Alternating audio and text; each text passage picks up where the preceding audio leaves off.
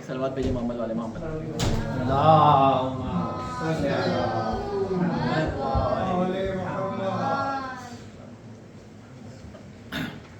اعوذ باللہ من الشیطان اللعین الرجیم.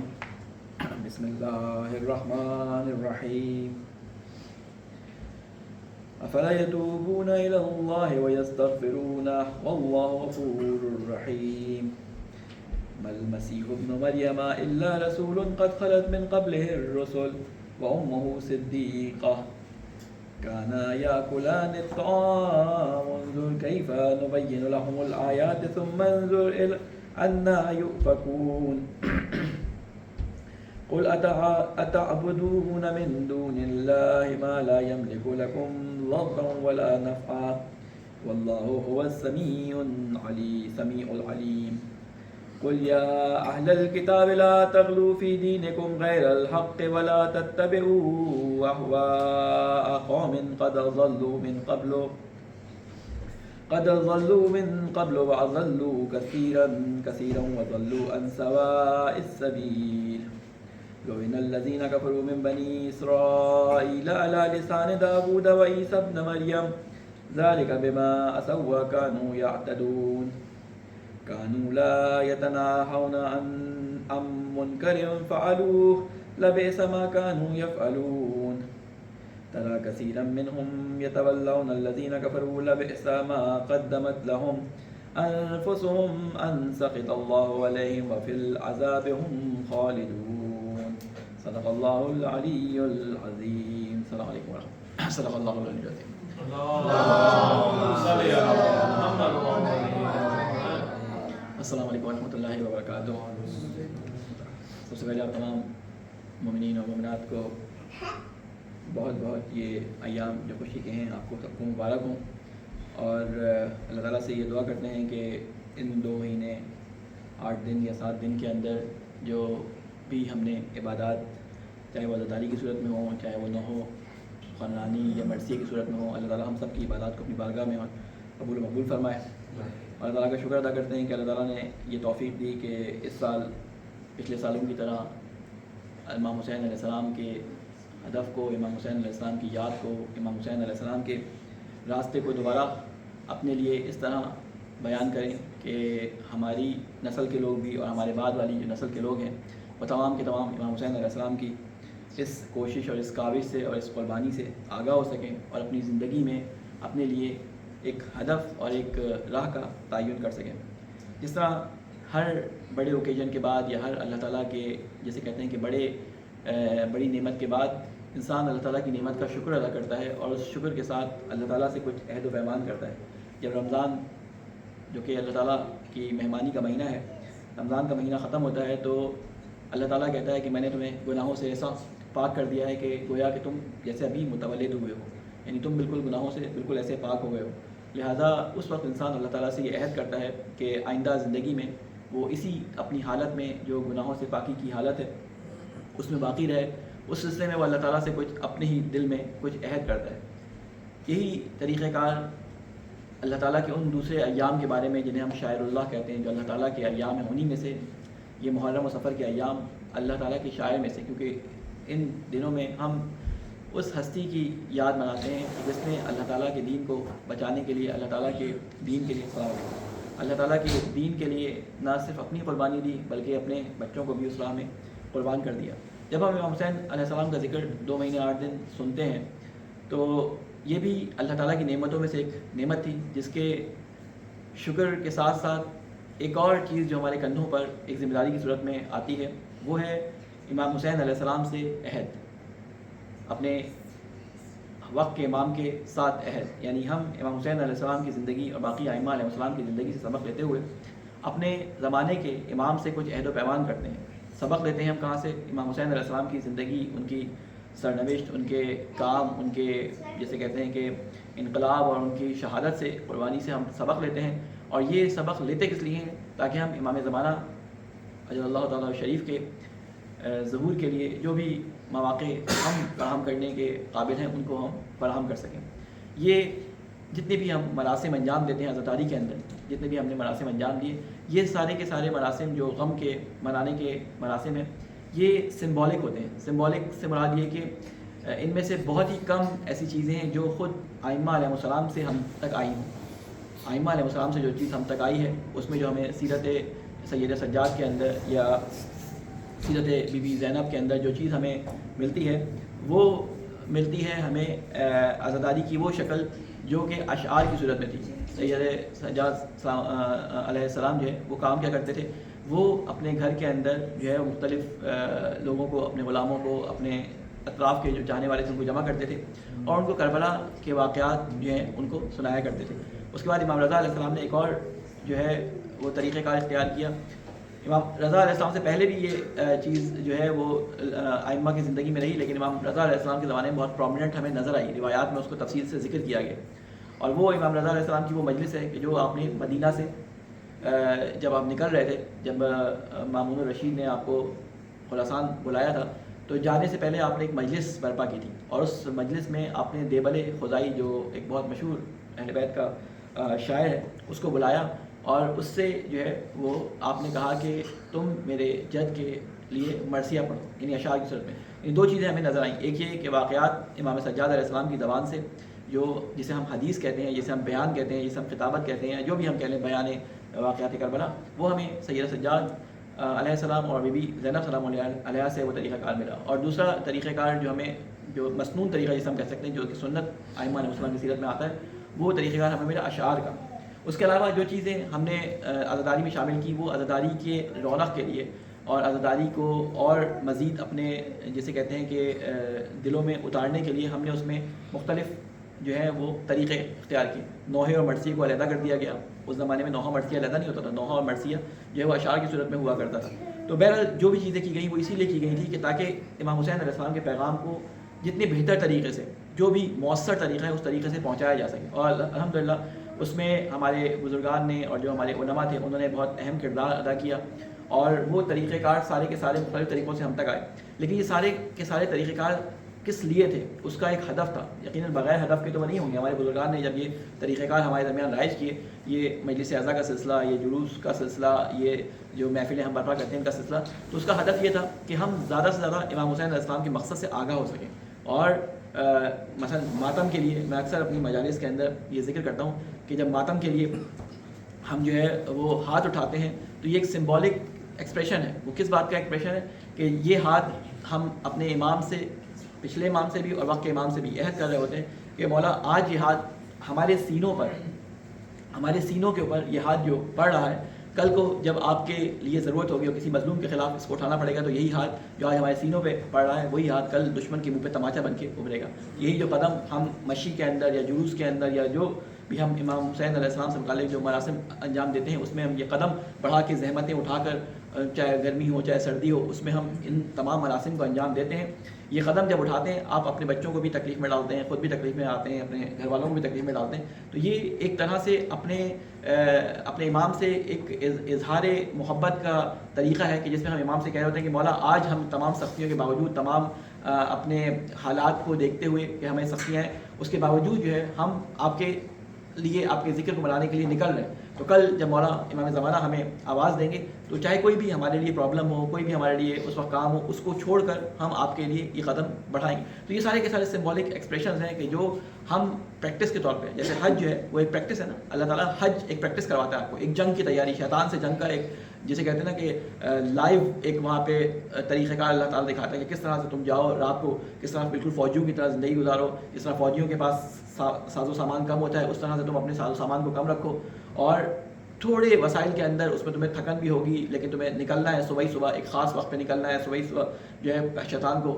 کنکر مارنے, مختلف جو چیزیں. یہ فوجی ایک پریکٹس ہے جو شیطان کے ساتھ جنگ کی ایک پریکٹس کرائی جاتی ہے.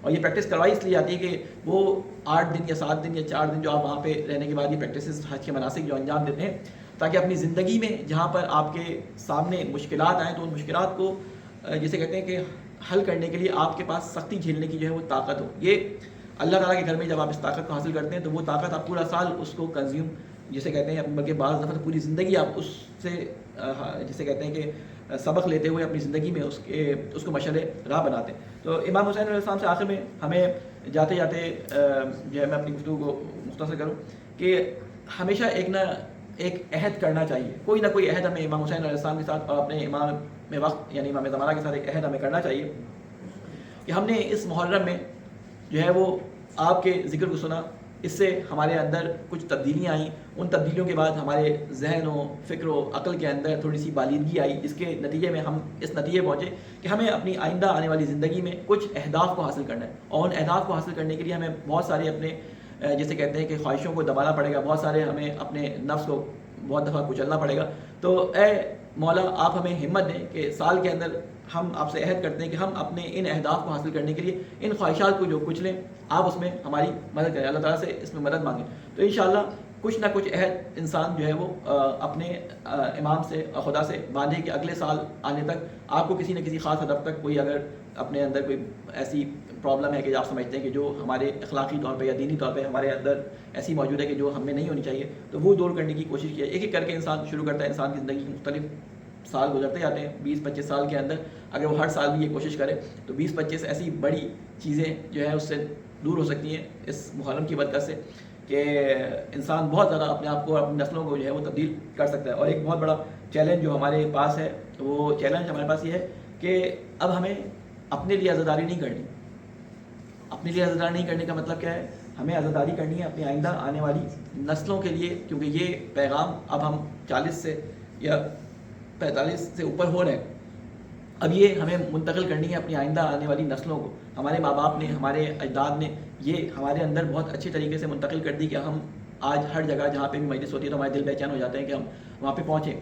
تو یہی ہڑک، یہی چاہت، یہی احساس ہمارے بچوں کے دلوں میں پیدا اگر نہیں ہو رہا تو اس میں ہماری کوتاہی ہے. آپ کو اگر یاد ہو جو پرانے زمانے میں والدین ہوا کرتے تھے جو مذہبی اپنے آپ کو کہتے تھے، محرم کے دنوں میں خیر وہ تو ایکسٹرا آرڈنری بہت زیادہ ہوتا تھا ہمارے انڈیا پاکستان کے اندر کہ محرم کے دنوں میں بہت سارے کاموں کو چھوڑ دیا جاتا تھا. وہ کام شرعی طور پہ حرام نہیں ہوتے تھے لیکن ان کو چھوڑا اس لیے جاتا تھا کہ ان کاموں کو خوشی کا ذریعہ سمجھا جاتا تھا کہ خوشی میں وہ کام انجام دیے جاتے ہیں. لیکن ہم نے دیکھا کہ وہ کام آہستہ آہستہ مان پڑتے چلے گئے. وہ بہت اچھی ویلیوز تھی، دین کا حصہ نہیں تھی، لیکن اس سے اثر یہ ہوتا تھا کہ ہم اپنے آپ کو بہت ساری چیزوں سے محفوظ رکھ پاتے تھے. اب جب ہم نے ان کو بہت ہلکا لینا شروع کر دیا، بہت ساری چیزوں کو ہم نے کہا کہ ریلیکس، کچھ نہیں ہوتا، واجب یا حرام تو نہیں ہے، ہم وہ کام کرتے چلے گئے. تو اب کیا ہوا کہ آپ کا بچہ آپ کے کہنے سے نہیں سیکھ رہا. ہمارے بچے ہمارے کہنے سے نہیں سیکھ رہے، ہمارے بچے جو ہیں ہمارے کرنے سے سیکھ رہے ہیں. جو ہم کر رہے ہیں وہ اس کو اڈاپٹ کر رہے ہیں.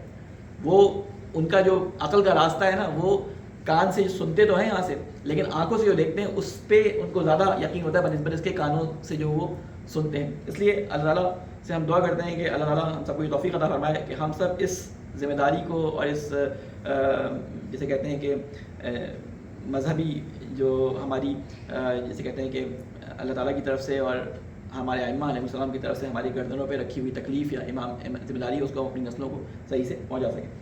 اللہ تعالیٰ ہم سب کو توفیق عطا فرمائے کہ قرآن اور اہل بیت علیہ السلام کی محبت اور ان کے فہم کو ہمارے لیے آسان فرمائے. ہماری گفتگو سورہ مائدہ کے سلسلے میں چل رہی تھی. معذرت گفتگو اور مقدمہ تھوڑا سا لمبا ہو گیا، لیکن میں نے کہا کہ یہ کیونکہ محرم ختم ہوا ہے تو ابھی تازہ جب ہوتا ہے تو ابھی انسان کے پاس ٹائم ہوتا ہے اور وہ انسان ابھی بھی اپنے ذہنوں میں کچھ کر سکتا ہے جو بھی وہ عہد اللہ تعالیٰ سے اور امام سے کرنا چاہے. ہماری گفتگو آیت نمبر 72 تک سورہ مائدہ کی جو ہے وہ ختم ہو گئی تھی اور آج آیت نمبر 73 سے ہمیں اسٹارٹ کرنی ہے. اور تھوڑا سا میں آپ کے سامنے مقدمہ بیان کر دوں کہ ہم نے پچھلے درس میں کیا چیزیں بیان کی تھی. اس میں بات چل رہی تھی عیسائیوں کی، ٹھیک ہے. مسیح اور عیسائی اور نصرانی یہ 3 ورڈ ہیں جو آپ کو پتہ ہے کہ اہل کتاب میں سے وہ طبقہ جو حضرت عیسیٰ علیہ السلام کا اپنے آپ کو فالوور کہتا ہے، وہ اپنے آپ کو یہ ان 3 ناموں سے جانتا ہے یا ہم ان کو ان 3 ناموں سے پکارتے ہیں. لیکن آپ کو یہ سن کے شاید حیرت ہو سکتا ہے آپ میں سے کسی کو پتہ بھی ہو کہ جب آپ کسی کو عیسائی کہتے ہیں، جب آپ کسی کو عیسائی کہتے ہیں اور حضرت عیسیٰ کا نام لیتے ہیں تو یہ عیسائی اتنے خوش نہیں ہوتے. یا کسی کو نصارہ کہتے ہیں تو وہ اتنے خوش نہیں ہوتے، وہ اپنے آپ کو مسیحی کہلوانے میں خوش ہوتے ہیں. ٹھیک ہے. مسیحی یعنی حضرت عیسیٰ علیہ السلام کی تعلیمات کا جو سلسلہ تھا ان آیات میں پہلے بیان کیا جا چکا ہے. میں اس کو بس صرف ایک خلاصے کے طور پہ بیان کر رہا ہوں کہ حضرت عیسیٰ علیہ السلام کی جو تعلیمات کا سلسلہ تھا وہ تقریباً ان کے 80 یا 90 سال کے بعد پال نامی ایک شخص جو آیا تھا اور اس نے حضرت عیسیٰ علیہ السلام کے اقوال کو جمع کرنا شروع کیا اور اس نے ایک مسیحیت کی ایک نئی شکل جو ہے وہ دی. تو اس نے جو ہے وہ نصرانی نام کو ہٹا کے جو ہے وہ مسیحی نام کو اپنایا اور مسیحیت کو ادھر انٹروڈیوس کروایا. تو آج بھی بہت سارے آپ کو ایسے جو اپنے مذہب کو جانتے ہوں گے وہ نصرانی کے نام سے اور عیسائی کے نام سے اپنے آپ کو کہلوانا پسند نہیں کرتے. وہ کہتے ہیں ہمیں مسیحی کہو. آپ قرآن مجید کے اندر دیکھیں کہ جب اللہ تعالیٰ حضرت عیسیٰ کو انٹروڈیوس کرواتا ہے وہ کیا کہتا ہے؟ عیسیٰ ابن مریم. جبکہ وہ کیا کہتے ہیں؟ یسوع مسیح. وہ یسوع مسیح سے بلاتے ہیں. ٹھیک ہے. ان کی کتابوں میں بھی حضرت عیسیٰ کو عیسیٰ خداوند کے نام سے یاد کیا گیا ہے. ٹھیک ہے نا. تو وہ ڈفرینس ہے ان کے اندر عیسائیوں کے اندر. یہ ہمیں نہیں پتہ تھا. میں تفسیر جب پڑھ رہا تھا تو مجھے اس بات کا پتہ چلا کہ یہ اس میں ڈفرینس ہے. دوسرا جو مسئلہ آیا وہ تثلیث کا مسئلہ تھا کہ عیسائیوں کے اندر جو چیز بیان کی گئی, سب سے پہلے عیسائیوں کے اندر جو خرابی بیان کی گئی وہ بیان کی گئی کہ عیسیٰ علیہ السلام کی محبت میں ان کے ساتھ کیا پرابلمس جو ہیں وہ ہوئی. جب بھی انسان کسی جگہ پر محبت میں کمی یا زیادتی کا شکار ہوتا ہے تو شیطان اس کو دھکیلتا ہے. اگر زیادتی کا شکار ہوتا ہے تو اس کو آگے دھکا دیتا ہے, اور کمی کا شکار ہوتا ہے تو اس کو نیچے دھکا دیتا ہے. شیطان کبھی بھی اس کو جسے کہتے ہیں نا کہ جو مقام ہے محبت کا اس پہ رہنے نہیں دیتا. امام علی کے ساتھ بھی یہی ہوا. اس کے بعد بہت سارے ہمارے انبیاء میں سے ایک حضرت عزیر کے ساتھ یہی ہوا, ایک حضرت عیسیٰ کے ساتھ یہ ہوا. حضرت عیسیٰ کے ساتھ کیا ہوا کہ عیسائی جو بعد میں آئے انہوں نے عیسیٰ کی محبت میں اتنا غلوف کیا کہ قرآن مجید نے ان کا قول نقل کیا کہ انہوں نے کیا کہ عیسیٰ ہی اللہ ہے, عیسیٰ ہی اللہ ہے. انہوں نے حضرت عیسیٰ کو اللہ کہہ لیا. پھر ایک اور جگہ ان کا قول ملتا ہے کہ عیسیٰ روح القدس اور خدا, یہ تین چیز عقلیم ثلاثہ کا انہوں نے ایک تصور دیا. اب یہ جو تصور آیا, آپ کہتے ہیں کہ وہ تین خداؤں کو مانتے ہیں, لیکن اگر آپ تفصیل کے ساتھ کسی پڑھے لکھے عیسائی کے ساتھ بیٹھیں اور اس سے پوچھیں کہ کیا تم تین خداؤں کو مانتے ہو, کہتے ہیں نہیں ہم تین خداؤں کو نہیں مانتے, ہم ایک خدا کو مانتے ہیں. کہتے ہیں پھر یہ کیا ہے روح القدس اور حضرت عیسیٰ اور جو ہے وہ خدا. تو وہ کہتے ہیں کہ اللہ جو ہے اصل میں اللہ وہ تصور ہے جو ہمارا ذہنی تصور ہے. وہی اللہ جب جسمانی روح اختیار کر گیا تو وہ کون ہے؟ وہ حضرت عیسیٰ ہے. اب حضرت عیسیٰ ظاہر جو ہے وہ پیدا ہوئے حضرت مریم سے, کیونکہ اس سے تو انکار نہیں کر سکتے تھے. مریم قدیسیہ ان کے یہاں مشہور ہے, مریم قدیسیہ. تو انہوں نے بعض نے حضرت مریم کو بھی خدا بنا لیا کہ یہ تین پارٹ ہیں, یہ خدائیت کے تین پارٹ ہیں. یعنی یہ ایک ہی خدا ہے جس کے تین حصے ہمیں مختلف صورتوں میں نظر آتے ہیں. وہ تین خدا نہیں مانتے الگ الگ. وہ کہتے ہیں وہی خدا جو ہمارے ذہنوں میں تصور جس نے یہ کائنات بنائی ہے, وہی خدا جب جسمانی اس میں آیا تو اس نے مریم اور عیسیٰ کا روپ دھار لیا, مریم سے عیسیٰ کا روپ دھار لیا. تو وہ عجیب ان کا تصور ہے. اور تقریباً 700 سینچری کے اس میں عیسوی کے اندر انہوں نے جو ہے وہ ایک انیقیا یا قنیقیا ایسی کوئی جگہ ہے جو ان کی کوئی ہولی پلیس ہے, وہاں پر ہزاروں دنیا بھر سے جمع ہوئے تھے جنہوں نے یہ فیصلہ کیا کہ ہم جو ہے وہ تثلیث کو کس طرح سے مانیں گے. تو وہ وہاں پہ یہ فیصلہ ان کے درمیان ہوا کہ ہم تین خداؤں کو تصور رکھتے ہیں, وہ کیا ہے اصل میں.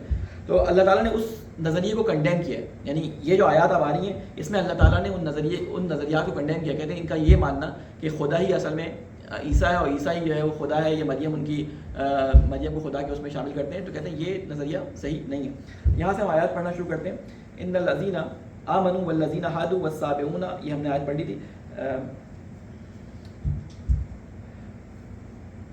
لقد کفر الذین قالوا ان اللہ ثالث ثلاثۃ, یقیناً کافر ہوئے وہ جنہوں نے کہا بلا شبہ اللہ تین میں کا تیسرا ہے, حالانکہ نہیں ہے کوئی معبود سوائے الہ واحد کے. اور اگر وہ باز نہ آئے اس بات سے جو وہ کہتے ہیں تو ضرور پہنچے گا ان لوگوں کو جنہوں نے کفر کیا اس میں سے دردناک عذاب.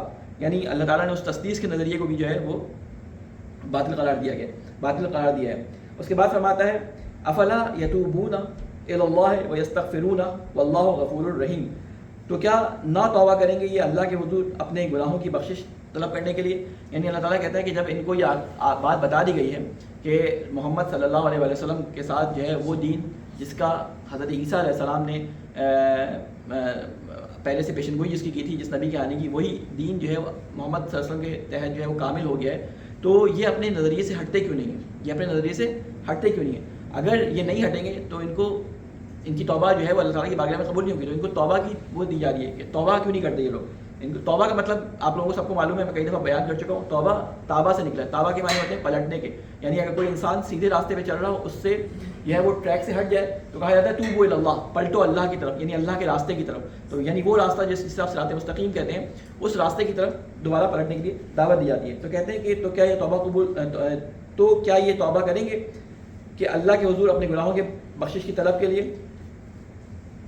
یہ سوال کیا اللہ تعالیٰ نے. واللہ غفور رحیم، اگر یہ توبہ کریں تو اللہ تعالیٰ بہت زیادہ بخشنے والا اور رحم کرنے والا ہے.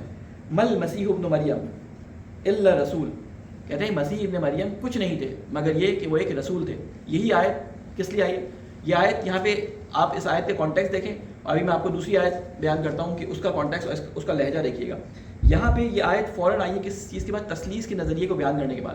تثلیث یعنی تین خداؤں کا تصور جو مسیحیت کے اندر تھا، اس کو بیان کرنے کے بعد انہوں نے کہا کہ عیسیٰ خدا ہو ہی نہیں سکتے. کیوں؟ اس لیے کہ عیسیٰ تو نبی تھے، اور نبی خدا نہیں ہوتا کبھی. نبی اللہ کی طرف سے پیغام پہنچانے والا ہوتا ہے، رسول اللہ کی طرف سے رسالت کو پہنچانے والا ہوتا ہے. آگے جو بیان فرمایا کہ عیسیٰ ابن مریم، یعنی خود ابن مریم کہنا کہ عیسیٰ بیٹے تھے مریم کے، خود اس بات کی تردید ہے کہ عیسیٰ خود خدا نہیں ہو سکتے، کیونکہ وہ خود کسی کے بیٹے تھے، خود محتاج تھے کسی خاتون کے جن کے ذریعے وہ متولد ہوئے. تو کہتے ہیں کہ وہ کیا تھے؟ رسول تھے. یہی لہجہ کہاں استعمال کیا گیا؟ وما محمد الا رسول، کہ نہیں ہے محمد مگر رسول. یعنی اس پہ آگے ابھی یہ بیان کریں گے اس کے بارے میں بھی، لیکن خیر وہاں پہ آئے گا تو میں اس کو تفصیل سے بیان کروں گا. آگے اللہ تعالیٰ بیان کر رہے ہیں کہ ایک رسول کے اندر کیا کوالٹیز ہوتی ہیں جو خدا میں ہو ہی نہیں سکتی. وہ آگے اللہ تعالیٰ ایک ایک کر کے بیان کرنا شروع کر رہا ہے. یہاں پہ کہتے ہیں کہ قد خلت من قبلہ الرسل، البتہ گزر چکے ہیں ان سے پہلے بہت سے رسول.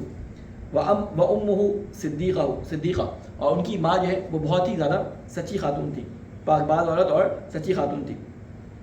پھر فرماتے ہیں کانا یاکلان الطعام، کہتے ہیں یہ دونوں کے دونوں کھانا کھاتے تھے. خدا کھانا تھوڑی کھاتا ہے، یہ مریم بھی اور حضرت عیسیٰ علیہ السلام بھی یہ دونوں کھانا کھاتے تھے. یہی چیز آپ دیکھیں کہ ہمارے ہاں جو لوگ غلوف کا شکار ہوتے ہیں، اور آپ نے کبھی سنا ہوگا کہ بہت سارے لوگ علی رب کا نعرہ لگاتے ہیں، نعوذ باللہ، کہ علی رب کا نعرہ لگاتے ہیں. تو وہ نعرہ کہاں سے آیا؟ غلوف ہوتا ہی ہے کہ کسی کو اس حد سے گزار دینا جس حد پہ وہ، یعنی اس باؤنڈری سے نکال دینا جو اللہ تعالیٰ کی باؤنڈریز میں اس کو شامل کر دینا. حضرت علی علیہ السلام کو بعض لوگ کر دیتے ہیں، اور اللہ تعالیٰ نے تو ویسے ہی لعنت کی ہے خود رسول اکرم کے زمانے میں، اور خود ائمہ علیہ السلام کے زمانے میں جو غالی تھے، جو غلوف کرنے والے تھے، ان پہ لعنتیں کی گئی ہیں. مختلف احادیث میں آپ کو مل جائیں گی. اور غالی کے لیے کہا گیا کہ وہ جہنمی ہے. اور اس کے بعد ہم حضرت امیر المومنین علیہ السلام اور بی فاطمہ کے بارے میں ایک چیز پڑھتے ہیں. ان لوگوں کے لیے بیان کر رہا ہوں جو مولا علی علیہ السلام کو رب کہتے ہیں، نصیری یا جسے کہتے ہیں، کہ جو اللہ ہوتا ہے وہ روزہ نہیں رکھتا، اللہ بھوک و پیاس نہیں رکھتا، اللہ جو ہے وہ بیمار نہیں ہوتا، یا اللہ کے جو ہے وہ بچے نہیں ہوتے. اور ہم پڑھتے ہیں قرآن مجید میں کہ سورہ دہر نازل ہی کب ہوئی؟ کہ جب مولا امام حسن اور امام حسین بیمار ہوئے تھے، منت مانی حضرت زہرا سلام اللہ علیہ نے اور مولا امیر المومنین علیہ السلام نے کہ اگر یہ بچے صحیح ہو گئے تو وہ کیا کریں گے؟ طعام دیں گے. اور جب بچے صحیح ہو گئے تو وہ طعام جب دیا گیا اسیر کو، فقیر کو، غریب کو، تو اس کے نتیجے میں آیت آئی. تو یعنی وہ کھانا کھاتے تھے، بھوک لگتی تھی. اگر ان کو بھوک ہی نہیں لگتی تھی تو اس بھوکا رہنے کی وجہ، یعنی ان کی جس کو بھوک ہی نہ لگتی ہو تو اس کی تعریف کیسی؟ اگر اس نے کھانا دے دیا تو اس کی کیسے تعریف؟ اس کی تعریف تو کسی قابل وہ نہیں بنتی نا کہ تعریف کی جائے، ایسے شخص کی تعریف کی جائے جس کو کھانے کی حاجت ہی نہ ہو، تو وہ تعریف نہیں بنتی. تو کہنے کا مقصد یہ کہ اللہ تعالیٰ صفات بیان کر رہا ہے کہ جو نبی ہوتا ہے، جو رسول ہوتا ہے، اس کو آپ خدا کے درجے پہ، یا امام جو ہوتا ہے اس کو خدا کے درجے پہ لے کے نہیں آ سکتے. کیوں؟ اس کے اندر کوالٹی کیا وجہ ہے؟ وہ کھانا کھاتے ہیں. ٹھیک ہے. انظر کیفا نبین لہم الآیات ثم انظروا انا یؤفکون. اللہ تعالیٰ کہتا ہے دیکھو ہم نے کیسے کھول کھول کر بیان کر دی. ہمیں یہ چیزیں اتنی زیادہ وہ نہیں معلوم ہوتی، کیا نام ہے، امپورٹنٹ معلوم نہیں ہوتی. اس کی وجہ کیا ہے کہ اس زمانے میں یہ اعتراضات بہت ہوا کرتے تھے. ہمارے زمانے میں یہ اعتراضات اب حل ہو چکے ہیں، تو اس لیے ہمیں ہمارے ذہنوں میں پہلے سے حل ہے یہ مسئلہ. لیکن ان کے زمانے میں یہ اعتراضات بہت زیادہ ہوا کرتے تھے. تو اللہ تعالیٰ نے یہ نشانی کے طور پہ بیان کیا ہے ان کا کھانا کھانا کہ وہ انسان تھے. اس کے بعد اللہ تعالیٰ فرماتا ہے ثم انظر انا یؤفکون، پھر دیکھو کس طرف وہ الٹے پھرائے جاتے ہیں. یعنی ہم نے کھول کھول کے نشانیاں ان کے سامنے پیش کر دی، پھر دیکھو کہ کس طرف وہ الٹے پھرائے جاتے ہیں. قل اتعبدون من دون اللہ، اے رسول کہیے ان سے کیا تم پرستش کرتے ہو اللہ کو چھوڑ کر؟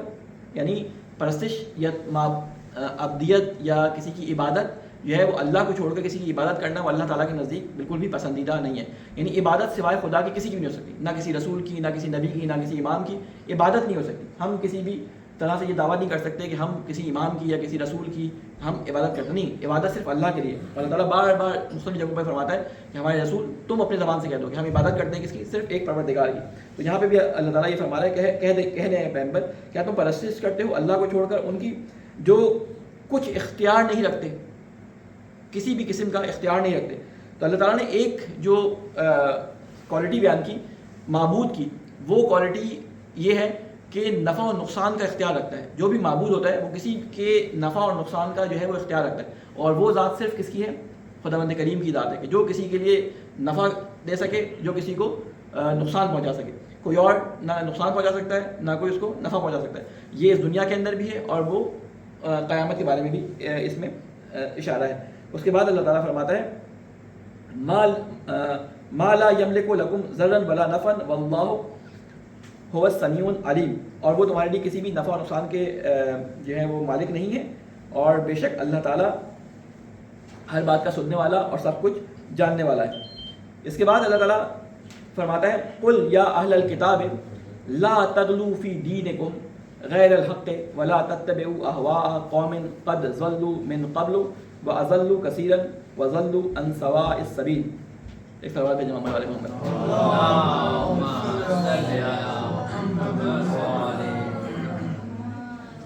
یہاں پہ وہ غلو کے خلاف جو آیت آئی ہے وہ یہ والی آیت ہے کہ یہ آیت غلو کہاں پہ بیان کری ہے کہ انہوں نے اللہ کے ساتھ شریک ٹھہرایا.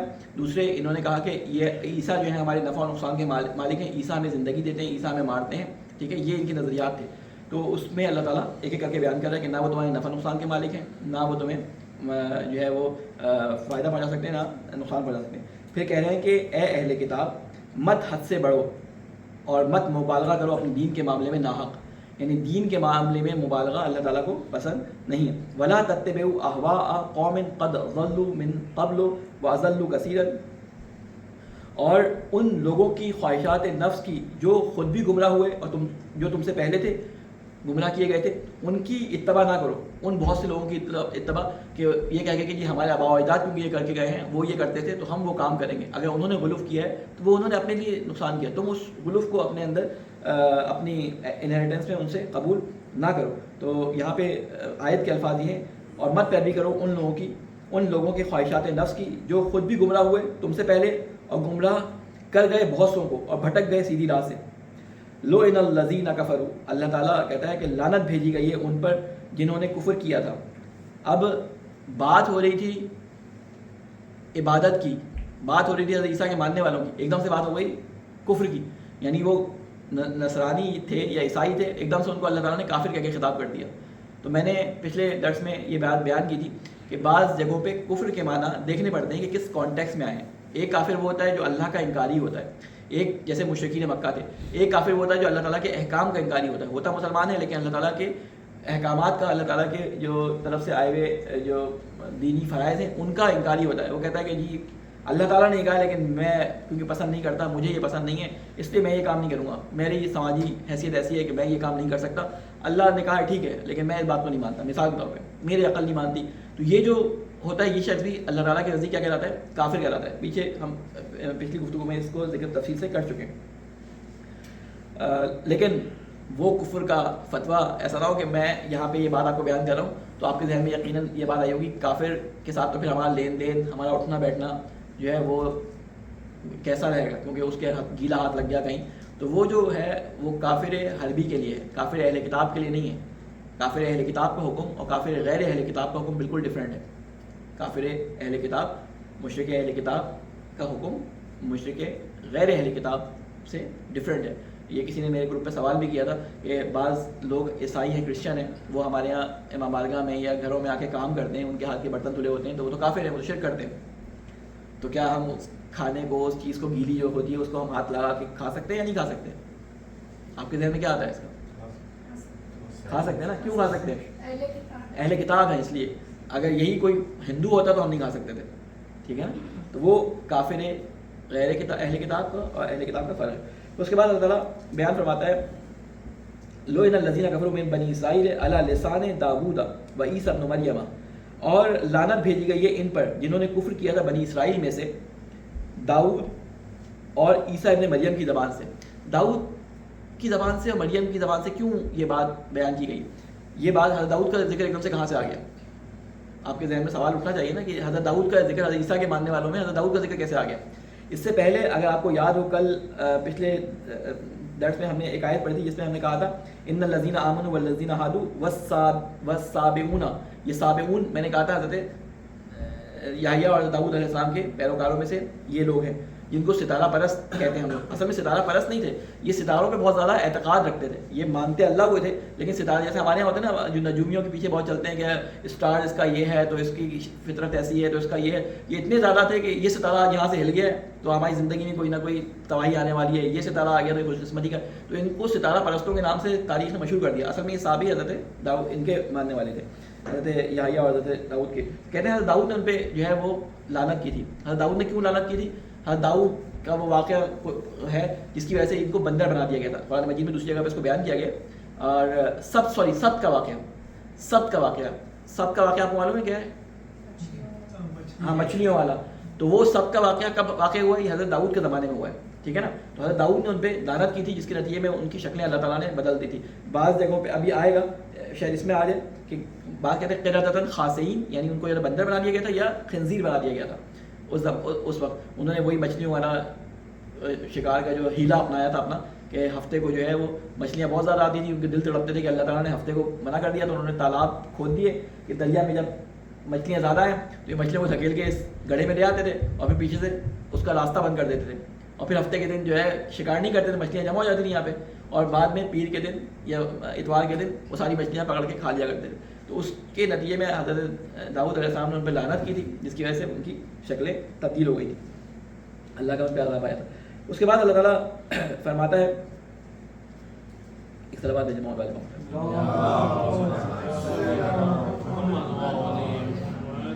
اور دوسری لعنت بیان کرتا ہے کہ اور عیسیٰ ابن مریم کی زبان سے. حضرت عیسیٰ علیہ السلام نے کب ان پہ لعنت کی ہے؟ کسی کے ذہن میں ہے؟ حضرت عیسیٰ نے لعنت کب کی اپنے قوم پہ؟ وہ تو بڑے میٹھے میٹھے اور بڑی سختیوں میں چلے گئے. حضرت عیسیٰ کی لعنت کسی کے ذہن میں کب ہوئی تھی؟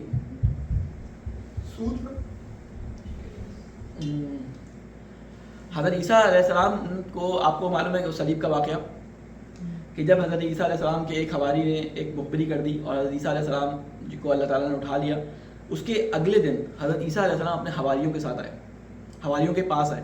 تو انہوں نے کہا کہ شاید حضرت عیسیٰ کی روح آ گئی ہے. تو انہوں نے کہا کہ نہیں، روح نہیں ہے. پھر حضرت عیسیٰ نے ان کی روٹی یا ان کی گوشت میں سے کچھ ٹکڑا لے کے کھایا، روح تو کھاتی نہیں ہے. پھر انہوں نے کہا کہ آپ ایک کام یہ کریں کہ اللہ تعالیٰ سے کہیں کہ آسمان سے ہمارے اوپر ایک دسترخوان نازل کرے، معاہدہ جسے کہتے ہیں، آسمان سے ایسا خوان نازل کرے اور اس دن کو ہم عید قرار دیں، ٹھیک ہے. تو ہم آپ یقین کر لیں گے اس بات پہ کہ حضرت عیسیٰ کو جو ہے اٹھا لیا گیا. تو حضرت عیسیٰ نے کہا میں اللہ سے دعا تو کر دوں گا، لیکن جو اس سے منکر ہوگا پھر اللہ تعالیٰ کی لعنت ہوگی اس کے اوپر.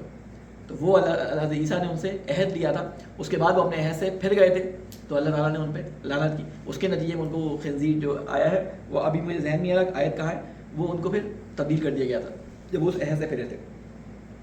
تو دونوں کا ذکر قرآن ہمیشہ اشاروں میں بات کرتا ہے. جب قرآن اشاروں میں بات کرتا ہے تو آپ کو دیکھنا پڑتا ہے قرآن مجید میں کہیں اور اس کو کسی اور طریقے سے اس ذکر کو بیان کیا گیا یا نہیں، تو وہاں سے آپ کو دیکھ کر بیان کرنا ہوتا ہے. پھر اللہ تعالیٰ یہاں پہ فرماتا ہے کیونکہ وہ سرکش ہو گئے تھے اور حد سے بڑھ جاتے تھے. کانو لا یتناہون ام منکر فعلوہ لبئس ما کانوا یفعلون، اور منع نہیں کرتے تھے ایک دوسرے کو کسی برے کام سے جو وہ کرتے تھے، کیا ہی برا ہے وہ کام جو وہ کرتے تھے. ایک اور وجہ جس کی وجہ سے ان پہ لعنت ہوئی، اللہ تعالیٰ ایک ریزن بیان کرنا.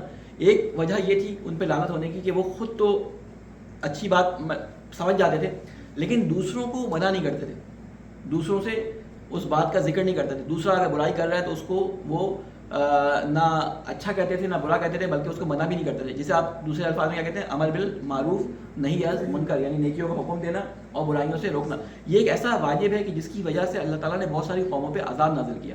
اور یہی وجہ ہے کہ آپ وہ جگہ پہ جہاں پہ اللہ تعالیٰ نے سورہ آل عمران میں یا سورہ بقرہ میں تعریف کی ہے اہل کتاب کی، جس میں ان کی صفات بیان کی ہیں کہ یہ وہ لوگ ہیں جو راتوں کو اللہ تعالیٰ کے سامنے عبادات کرتے ہیں، یہ وہ لوگ ہیں جو امر بالمعروف کرتے ہیں، جو نہیں از منکر کرتے ہیں، یعنی برائیوں سے روکتے ہیں اور اللہ کے راہ میں گڑگڑاتے ہیں. وہ تعریفیں جہاں کی ہیں تو وہاں پہ امر بالمعروف اور نہی از منکر کا ذکر کیا ہے. نہی از منکر یعنی برائیوں سے روکنا. اور یہی چیز امام حسین علیہ السلام کی اگر آپ خطبات میں دیکھیں تو پہلا خطبہ جو مدینے سے نکلتے وقت آپ نے خط کی صورت میں لکھا ہے جناب محمد بن حنفیہ کو.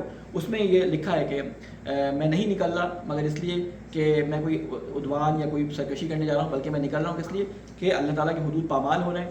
ٹھیک ہے، امر بالمعروف چھوڑ دیا گیا ہے، نہی از منکر چھوڑ دیا گیا ہے. تو اللہ تعالیٰ نے بتایا ہے کہ ہر نبی ہر امام کے فرائض میں سے ایک فریضہ یہ ہے کہ وہ امر بالمعروف یعنی نیکیوں کا حکم دے اور برائیوں سے روکے. یہ ہر مسلمان کا بھی ہے، ہر مسلمان کا بھی فریضہ ہے کہ جہاں تک اس کی استطاعت میں ہو وہ لوگوں کو بتائے. یہ نہ کہ میں تو سدھر گیا ہوں تو میں دوسروں کو بھی بیان نہ کروں. اس کے امر بالمعروف کرنے کا نتیجہ کیا ہوتا ہے؟ امر بالمعروف کرنے کا نتیجہ یہ ہوتا ہے کہ اس کے وجہ سے آپ کی رشتہ داریاں، آپ کی دوستیاں، آپ کی چاہت، آپ کی محبتیں، آپ کے لائکس، آپ کے سبسکرائبر سب کم ہو جاتے ہیں. جہاں پہ آپ نے امر بالمعروف شروع کیا آپ کی ریٹنگ گر گئی. تو وہ والے آپ ریٹنگز اٹھا کے دیکھ لیں جو مشہور جو سیلیبریٹیز ہیں نا، امر بالمعروف تو شاید کرتے ہیں، نہی از منکر نہیں کرتے. وہ اعلیٰ کام کر دیتے ہیں، امر بالمعروف والا کر دیتے ہیں. نہی از منکر بہت ہی آپ کو ریئر، کوئی 0.999% جو ہے آپ کو مل جائے. آپ اگر آپ کے نہیں مولانا مبارک علیہ سے کام لے رہے تو آج آپ سارے نکال دیے گا جو فلاں اتنے کے لائک والے نا، تو آپ ان کی مجالس سنیے گا. نہی از منکر جس میں کہتے ہیں نا نہ ہینگ لگے نہ پھٹکری، وہ والی چیزیں تو ہوں گی، لیکن جس میں کسی اپنے نفس پہ سے گزرنا پڑ رہا ہو، جس میں سے مولانا کے خلاف بات ہوتی ہے، یہ کیا مولانا نے بات کر دی، وہ بات کرنے سے ایسی سیلیبریٹیز عموماً کتراتی ہیں کیونکہ پھر سیلیبریٹیز نہیں بن سکتے. تو اللہ تعالیٰ کہہ رہا ہے کہ اس کے نتیجے میں ہوتا کیا ہے، جب آپ نیکی کا حکم دیتے ہیں، اللہ تعالیٰ کہتا ہے کہ نیکی کا حکم دینے کے بعد اگر آپ برائیوں سے نہیں روکتے تو اللہ تعالیٰ نے ایسے لوگوں پہ لعنت کی ہے. یعنی لعنت کرنے کی وجوہات یہ تھی کہ وہ خود نیک ہو جاتے لیکن ہم نیک ہو گئے، ہمیں اپنی قبر میں آنا ہے، دوسروں کو نہیں روکتے. اس کے سامنے گناہ ہو رہا تھا، اس کے سامنے جو ہے وہ شراب پی جا رہی ہے، اس کے سامنے زنا کیا جا رہا ہے، اس کے سامنے مختلف بے حیائی کے کام ہو رہے ہیں، اور وہ کہتا تھا میں نہیں بولوں گا. وہ ان کو اللہ تعالیٰ نے خود عقل دی ہے، 18 سال کا ہو گیا خود بالغ ہے اپنا، نہیں وہ 18 سال والا یہ امریکی قانون ہے، یہ یورپین قانون ہے، یہ ہماری لائن نہیں ہے، ہماری قرآن کی لائن ہے. ہمیں ٹوکنا ہے، چاہے وہ 80 سال کا بھی ہے، چاہے وہ 70 سال کا بھی ہے. ہمیں طریقہ آنا چاہیے کہ کس کو کس طریقے سے بیان کرنا ہے. تو اللہ تعالیٰ نے ان لوگوں پہ لعنت کی ہے جو خود تو اچھے ہوتے ہیں لیکن دوسروں کو اچھائی کی تعلیم نہیں دیتے اور برائی سے نہیں روکتے. اس کے بعد اللہ تعالیٰ بیان فرماتا ہے کہ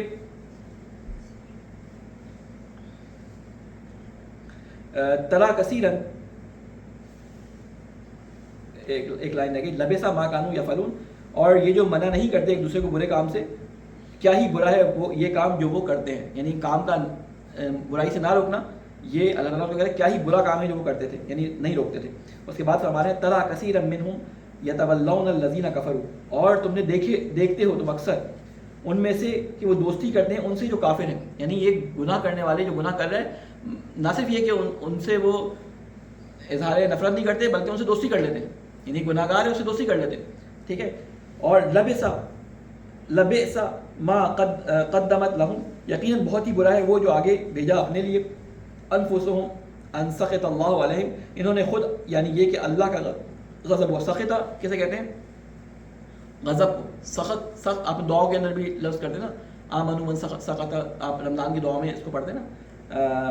تو سخط کے معنی سخت سین خیت توئے، اس کے معنی ہوتے ہیں اللہ کا غضب. ٹھیک ہے، سخط اللہ کا غضب. تو کہتے ہیں انہوں نے خود جو ہے وہ یہ کہ اللہ کا غضب ہوا ان پر، وفی العذاب ہم خالدون، اور وہ ہمیشہ عذاب میں رہیں گے. ولو كانوا يؤمنون بالله والنبي وما انزل اليه ما اتخذوهم اولياء ولكن كثيرا منهم فاسقون. کہتے ہیں اگر ان کا ایمان ہوتا اللہ پر اور نبی پر، وما انزل الیہ، اور اس چیز پر جو نازل کی گئی اس کی طرف، مت تخذوہم، تو نہ بناتے یہ کافروں کو اپنا دوست، ولکن کثیرا منہم فاسقون، لیکن بات یہ ہے کہ بہت سے ان میں سے نافرمان ہیں. تین چیزیں اس آیت کے اندر بیان کی گئی ہیں، اور وہ کیا ہیں؟ کہتے ہیں اللہ پہ ایمان رکھنے کے نتیجے میں ہونا کیا چاہیے. لوگ دعویٰ کریں گے اللہ پہ ایمان کا، لیکن اگر ان میں یہ تین چیزیں پائی جاتی ہوں تو وہ اللہ پہ ایمان کا جھوٹا دعویٰ کر رہے ہیں. وہ کیا چیزیں پائی جاتی ہیں؟ تو سب سے پہلے کہ وہ ایمان لے کے، اللہ پہ ایمان کا نتیجہ ہوتا ہے کہ وہ کفار سے دوستی نہ کریں. کفار جو کون سے، یہ ابھی بات خاص کفار کی ہو رہی ہے، ابھی سارے کفار کی بات نہیں ہو رہی، یہ ابھی آپ کے اطراف میں رہنے والے عیسائیوں کی بات نہیں ہو رہی. یہ بات ہو رہی ہے اس زمانے کے عیسائیوں کے ساتھ جو رسول اکرم صلی اللہ علیہ وسلم کے خلاف آ گئے تھے. ٹھیک ہے، ان کی ابھی بات ہو رہی ہے. جو آپ کے جیسے کہتے ہیں نا کہ خلاف آ جائے، آپ کے دین کے خلاف، آپ کے خلاف برسر پیکار آ جائے، اس کی بات ہو رہی ہے ابھی، یہ نارمل لوگوں کی بات نہیں ہو رہی، کیونکہ آگے قرآن مجید میں اللہ تعالیٰ فرماتا ہے کہ تم یہودیوں اور مشرکین کو سب سے زیادہ دشمن پاؤ گے، لیکن ان لوگوں میں سے جو اہل کتاب ہیں، عیسائی ہیں، ان میں سے تم اپنے دوست پاؤ گے، ان میں سے اپنے دوست پاؤ گے، ان میں بہت سارے ایسے لوگ ہیں جو راتوں کو اللہ کی عبادت کرتے ہیں. تو یہ ایک الگ سے عیسائیوں کے لیے اللہ تعالیٰ نے ایک الگ سے نرم خانہ رکھنے کے لیے مسلمانوں کو تاکید کی ہے خاص طور پہ. دوسری جگہ پہ یہاں پہ نہیں ہے، آگے آئے گی آگے. تو اللہ تعالیٰ کہتا ہے کہ ان کا پہلا کام کیا ہے کہ یہ اگر یہ اللہ پہ ایمان رکھتے اور نبی پر ایمان رکھتے، اور وہ چیز جو نبی پہ نازل ہوئی، یعنی یہ نبی پہ بھی ایمان رکھتے ہیں، لیکن اگر جو نبی پہ نازل ہوئی ہوئی چیز پہ ایمان نہ رکھیں تو خالی ایمان رکھنا جو ہے وہ فائدہ مند نہیں ہوتا. مولا علی علیہ السلام سے کسی نے آ کے سوال کیا کہ اگر کیا میں یہ کہہ دوں کہ لا الہ الا اللہ محمد رسول اللہ تو یہ میرے لیے کافی ہے، تو کیا میں نے ایمان کے اپنے فرائض کو پورا کر لیا؟ تو مولانا نے کہا اینا فرائض اللہ. تو کہتے ہیں کہ اگر ایمان سے زبان سے ادا کرنے کی چیز ہوتی تو یہ فرائض اللہ کہاں جاتے ہیں؟ یہ نماز، روزہ، حج، عبادات، یہ ساری کی ساری اگر ہم دل میں ہی خالی کہہ لیتے لا الہ الا اللہ محمد رسول اللہ اور اسی بنیاد پر جو ہے وہ سارے کے سارے لوگ جنتی ہو جاتے، تو یہ نبی بھیجنے کی کیا ضرورت تھی سارے کے سارے؟ یہ کہتا بھائی ایمان لے، ایمان لانے میں تو کسی کو نقصان نہیں ہوتا نا. پرابلم وہاں پہ آتی ہے کہ جہاں پہ اس ایمان کا اظہار اعمال سے ہونا شروع ہوتا ہے. تو انہوں نے اللہ تعالیٰ نے یہاں پہ 3 چیزیں بتائی ہیں. وہ کیا بتائی ہیں کہ اللہ پہ ایمان لائیں، نبی پہ ایمان لائیں، اور جو چیز اس پہ نازل کی گئی ہے. ایمان لانے کا مطلب اس پہ عمل کرنا ہے. مَتَّخَذُوهُمْ أَوْلِيَاءَ وَلَكِنَّ كَثِيرًا مِّنْهُمْ فَاسِقُونَ. اور تو نہ بناتے یہ کافروں کو، اگر یہ ان چیزوں پہ ایمان لاتے تو یہ کافروں کو ایمان اپنا دوست بنا ہی نہیں سکتے تھے. لیکن بات یہ ہے کہ ان میں سے بہت سارے لوگ نافرمان ہیں. لَتَجِدَنَّ، یہ آگے وہ آیت جس کا میں آپ سے کہہ رہا تھا، لَتَجِدَنَّ أَشَدَّ النَّاسِ عَدَاوَةً لِلَّذِينَ آمَنُوا الْيَهُودَ وَالَّذِينَ أَشْرَكُوا. تم پاؤ گے لوگوں میں سب سے زیادہ سخت کس کو عداوت میں؟ اہل ایمان کے ساتھ یہود کو پاؤ گے، یعنی یہودی جو ہوں گے وہ مسلمانوں کے ساتھ بہت زیادہ کٹر دشمنی کریں گے. اور دوسرے کس کو پاؤ گے؟ الذین اشرکوا، وہ لوگ جو مشرک ہیں، یعنی مشرک اور یہودی جو ہیں وہ مسلمانوں کے سخت دشمن، ان کو تو پاؤ گے ہمیشہ کے زمانوں میں. آپ دیکھ لیں ولا تجدن، اور تم نہیں پاؤ گے، ٹھیک ہے، اقربہم مودۃ للذین آمنوا، سب سے زیادہ قریبی دوستی میں اہل ایمان کی، الذین قالوا ان نصارى، جو لوگ یہ کہتے ہیں کہ ہم نصارہ ہیں. دیکھیں اللہ تعالیٰ نے یہاں پہ مسیحی کا لفظ استعمال نہیں کیا، یہاں پہ عیسائی کا لفظ استعمال نہیں کیا. اللہ تعالیٰ نے کس کا لفظ استعمال کیا؟ نصارہ. نصارہ ان کو کیوں کہا جاتا تھا؟ میں نے پچھلے درس میں بیان کیا تھا، کسی کے ذہن میں ہے؟ علاقے ناصرہ، جو علاقہ جہاں حضرت مریم رہا کرتی تھی. اور دوسرا ایک اور وجہ بتائی تھی میں نے، ہاں حواریون کی وجہ سے، کہ اللہ تعالیٰ کی طرف سے حضرت عیسیٰ نے سوال کیا تھا کہ کون میرا جو ہے مدد کرنے والا ہوگا، اللہ کے لیے میری مدد کرنے والا کون ہوگا؟ تو انہوں نے کہا تھا نحن انصار اللہ، ہم اللہ تعالیٰ کے مددگار ہیں. تو اس وجہ سے ان کو نصارہ کہا جاتا ہے. تو اللہ تعالیٰ نے وہی نام استعمال کیا ہے جو انہوں نے اپنے لیے اللہ تعالیٰ کے ساتھ عہد و پیمان میں استعمال کیا تھا. تو اللہ تعالیٰ نے کہا کہ تم ان لوگوں کو اپنی قربت میں، اپنی دوستی میں ان لوگوں کو نزدیک پاؤ گے، ٹھیک ہے، جو اپنے آپ کو کیا کہتے ہیں؟ نصارہ. عیسائی نہیں، مسیحی نہیں، نصارہ، جو اصل حضرت عیسیٰ علیہ السلام کے ماننے والے ہیں. ذَلِكَ بِأَنَّ مِنْهُمْ قِسِّيسِينَ وَرُهْبَانًا وَأَنَّهُمْ لَا يَسْتَكْبِرُونَ. اب اللہ تعالیٰ نے ان کی صفات بیان کر دی. مسلمان نہیں ہیں یہ، کون لوگ ہیں؟ نصارہ ہیں. اللہ تعالیٰ ان کی صفات بیان کر رہا ہے. اس زمانے میں جب رسول اکرم موجود ہے، اس زمانے کے لوگوں میں سے کچھ لوگ ایسے تھے. کیا تھے؟ اس لیے کہ نصارہ میں عبادت گزار عالم ہیں اور درویش ہیں، اور اس لیے کہ وہ تکبر نہیں کرتے، ان میں تکبر نہیں ہے. آپ دیکھیں کہ ان کے یہاں اخلاق سب سے زیادہ جو ہے وہ مسیحیوں کے اندر پایا جاتا ہے. اور یہ اللہ تعالیٰ کہتا ہے کہ یہ اخلاق ہماری طرف سے ان کے اندر ودیت کیا گیا ہے. یہ اخلاقی صفات ان کے اندر ہماری طرف سے ودیت کی گئی ہے، ہم نے ان کے اندر یہ صفت ڈالی ہے. وَإِذَا سَمِعُوا مَا، جی آدھان ہو گئی ہے. چلے پھر یہاں پہ اس کو ہم ختم کرتے ہیں 82 پہ، ٹھیک ہے. انشاءاللہ اگلی ہم آگے 7واں سے 12 شروع ہو رہا ہے، تو 7واں سے 12 وَإِذَا سَمِعُوا مَا أُنزِلَ، یہاں سے انشاءاللہ ہم اگلی دفعہ اس کو ختم کریں گے. 73 سے لے کر اور نہیں 73 سے 82 تک ہم نے پڑھ لیا. 73 سے 82 تک ہمارا کمپلیٹ ہو گیا. انشاءاللہ نیکسٹ ٹائم 83 سے ہم اسٹارٹ کریں گے. صدق اللہ العلی العظیم. بار اللہ یہ واسطہ محمد علیہ محمد کا، قرآن مجید کے فہم کو ہمارے لیے آسان فرما. اے اللہ تو یہ واسطہ محمد علیہ محمد کا، ہماری اس خلیل سی بات کو اپنی بارگاہ میں قبول و مقبول فرما. اے اللہ یہ جو محرم اور سفر اور ربیع الاول کے کچھ دن ہم نے تیرے بندے امام حسین علیہ السلام کی یاد میں، ان کے ساتھیوں کی یاد میں، ان کے گھر والوں کی یاد میں جو گزارے ہیں، اور کچھ عہد و پیمان کیے ہیں، اللہ تعالیٰ ان عہد و پیمان پہ قائم رہنے کی ہم سب کو توفیق عطا فرما. اے اللہ تجھے واسطہ محمد علیہ محمد کا، کہ حب قرآن، حب رسول، حب اہل بیت ہمارے بچوں اور ہمارے دلوں میں راسخ فرما۔ اے اللہ تجھے واسطہ ہے محمد والے محمد کا ہمارے گناہ کبیرہ اور صغیرہ کو معاف فرما۔ اے اللہ تجھے واسطہ ہے محمد والے محمد کا جو بزرگان ہمارے دنیا سے جا چکے ہیں ان کی قبروں پہ اپنی رحمت نازل فرما۔ اے اللہ ان تمام عزاداریوں کو، ان تمام محنتوں کو، ان تمام کوششوں کو، ان تمام پیسوں کو جو اس راہ میں لوگوں نے مومنین لگایا اپنی بارگاہ میں قبول و مقبول فرما۔ اے اللہ تجھے واسطہ ہے محمد والے محمد کا جہاں جہاں مظلوم اس دنیا میں ظلم کا شکار ہیں ان کو ظلم سے نجات عطا فرما۔ ہمارے علماء کرام کا سایہ ہمارے سروں پہ قائم فرما، ہمارے امام کی حفاظت فرما، ہمیں ان کو ناصر و عوام میں شامل فرما۔ ربنا تقبل منا انک انت السمیع العلیم برحمتک یا ارحم الراحمین۔